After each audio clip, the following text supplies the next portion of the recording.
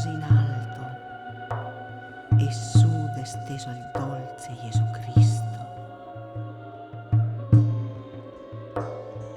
Quali ormasi e como trista fui, vedendo il mio figliol così levare, io non poria zammai contare a voi. Io stava presso della croce trista, piangendo le mie pene dolorose, accompagnata da Zuan, evangelista.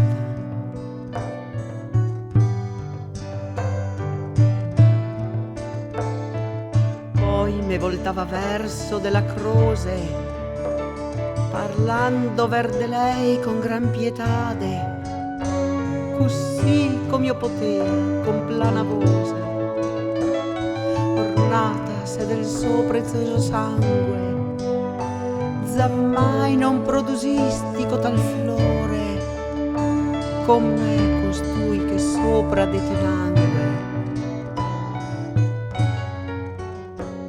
Oimè, che io non rigai con tanto amore, de fin che gli era pizzolo in la cuna, e tu me il tieni con tanto dolore.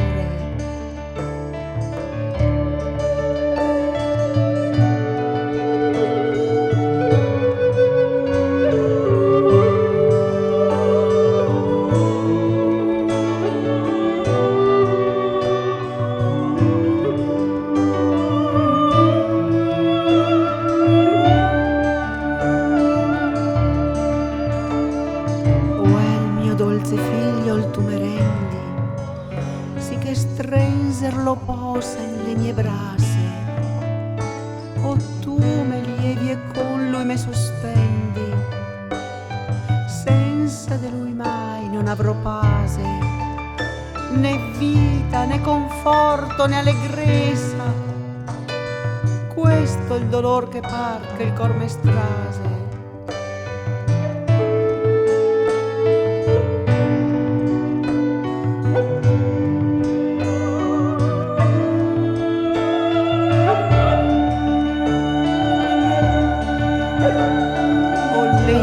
Che m'hai tolto di maldezza, perché me sto tanto crudo e rio, così parlavi a lei con gran dolcezza, deflecteramos arbor alta ch'io possa toccare un poco el figlio mio.